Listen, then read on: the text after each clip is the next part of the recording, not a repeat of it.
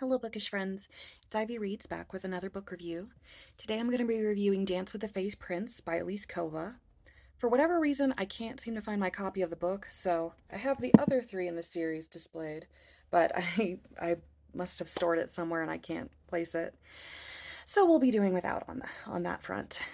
So I loved the first Married to Magic deal with the Elf King so much. So I had pretty high expectations for this book.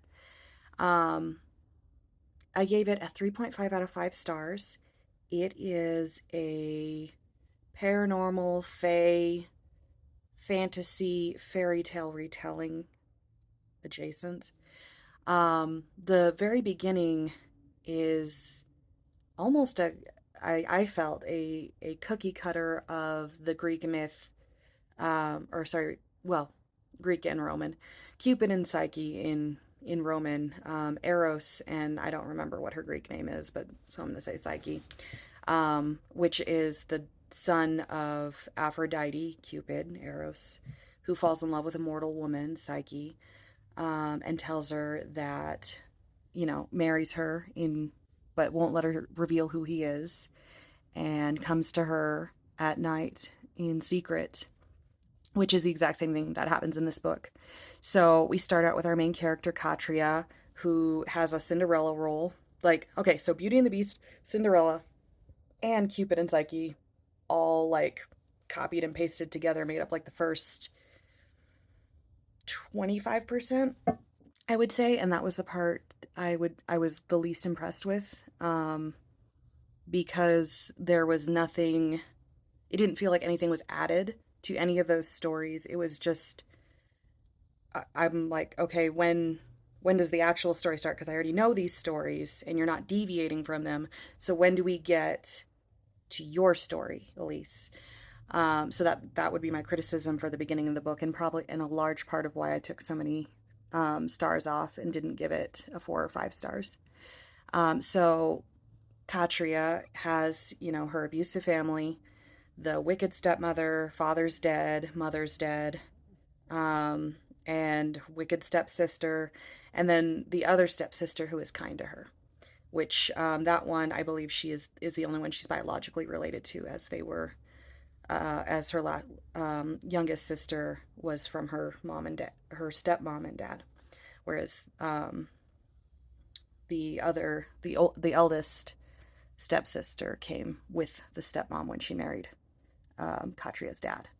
So, we read about her Cinderella-esque life. She's been, she's an heiress who's been treated as a servant her whole life by her sister and stepsister and stepmother, and, wakes up every day to clean and make their baths and stuff. So, Cinderella. So then a guy shows up at the manor and says he is here on behalf of a Lord Fenwood, who wants to basically purchase Katria as a bride, but not really her. He wants the book that is the sole possession left of her mother's, that her father would never sell to him because he's tried to get the book before. So he thought this time he could get it as a dowry. That was the only bride price he asked. So, of course, Katria's stepmother is more than happy to make that deal. So she loses one of the 2 pieces of inheritance she has, a lute and the book. Sorry, I didn't mean to flip you off. The book that was, the inheritance of her mother, and she was always told to keep a secret, and goes off to marry this Lord Fenwood. Except when she gets there, like, they sign the marriage contract, but there's no marriage ceremony, and she never meets him. And so she she's like, am I married? And the servant, I apologize, I forget his name, was like, you are, and you will be cared for all of your days. But Lord Fenwood's very busy, so uh, you can go where you want except for these areas, Beauty and the Beast, and don't leave the grounds, don't enter the Forbidden Forest and all that. So again, our Beauty and the Beast. And so I'm glad she, stood up for herself a little, and she's like, I'd at least like to meet him. And he's like, okay, I'll let him know you want to meet with him. So he comes, they meet in a study or study lounge kind of place that night, and she's not allowed to look at him. And that's where our Cupid and Psyche myth kicks in because, she has to face away. She can't look at him. Um, but even without being able to look at each other, he has a charming laugh and he's kind and they have a lot in common. And so she kind of doesn't get why he's treating her so coldly. But so time passes and she, gets him to join her sometimes for nightcaps. And she plays lullabies um, that her mother sang to her as a child for him. And then one day she sees a little girl crying in the forest where she was told never to go. So, of course, she has to save her. And it turns out that the second she steps over the protective boundary of the house, the little girl turns into a fairy that tries to kill her. Fairy monster kind of thing.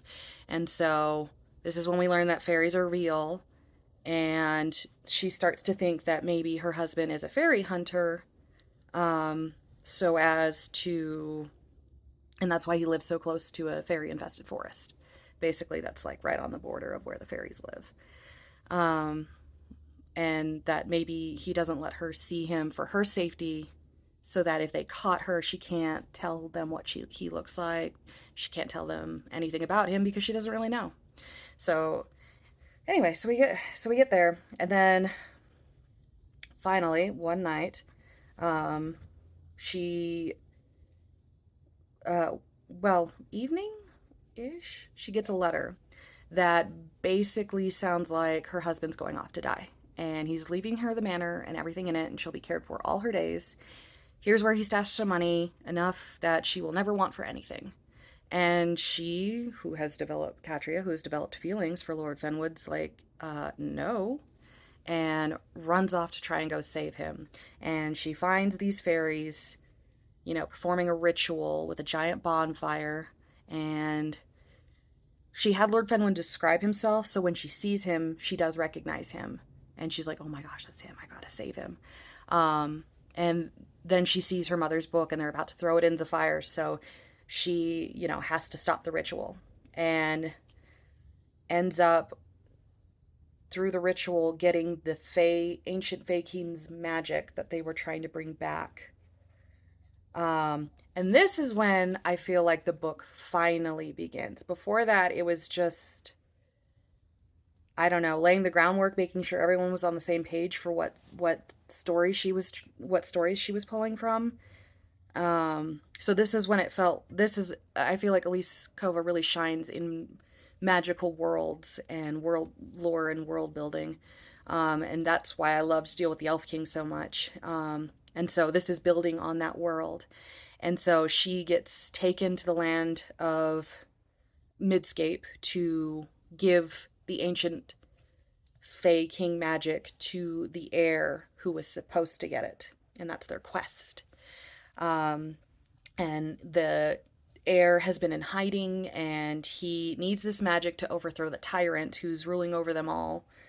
And that tyrant is currently ruling.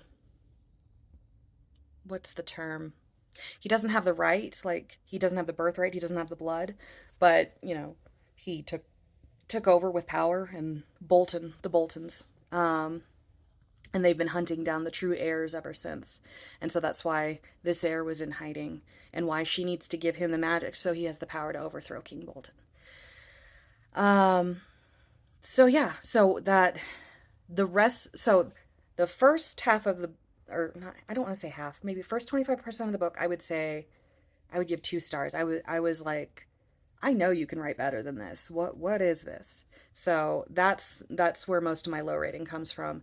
The rest of the book I would have given 4 or 5 stars. The banter was great, the characters were great. She made a lot of characters you fell in love with and cared about, gave them all distinct personalities. Um, Lord Fenton on this journey. In the beginning, he's kind of a dick, and I really didn't care for him as a love interest. but because he's mad that she messed up the ritual and is, and I mean, she was trying to save him and he's all butthurt about. Anyway, he makes up for it and becomes a very likable character by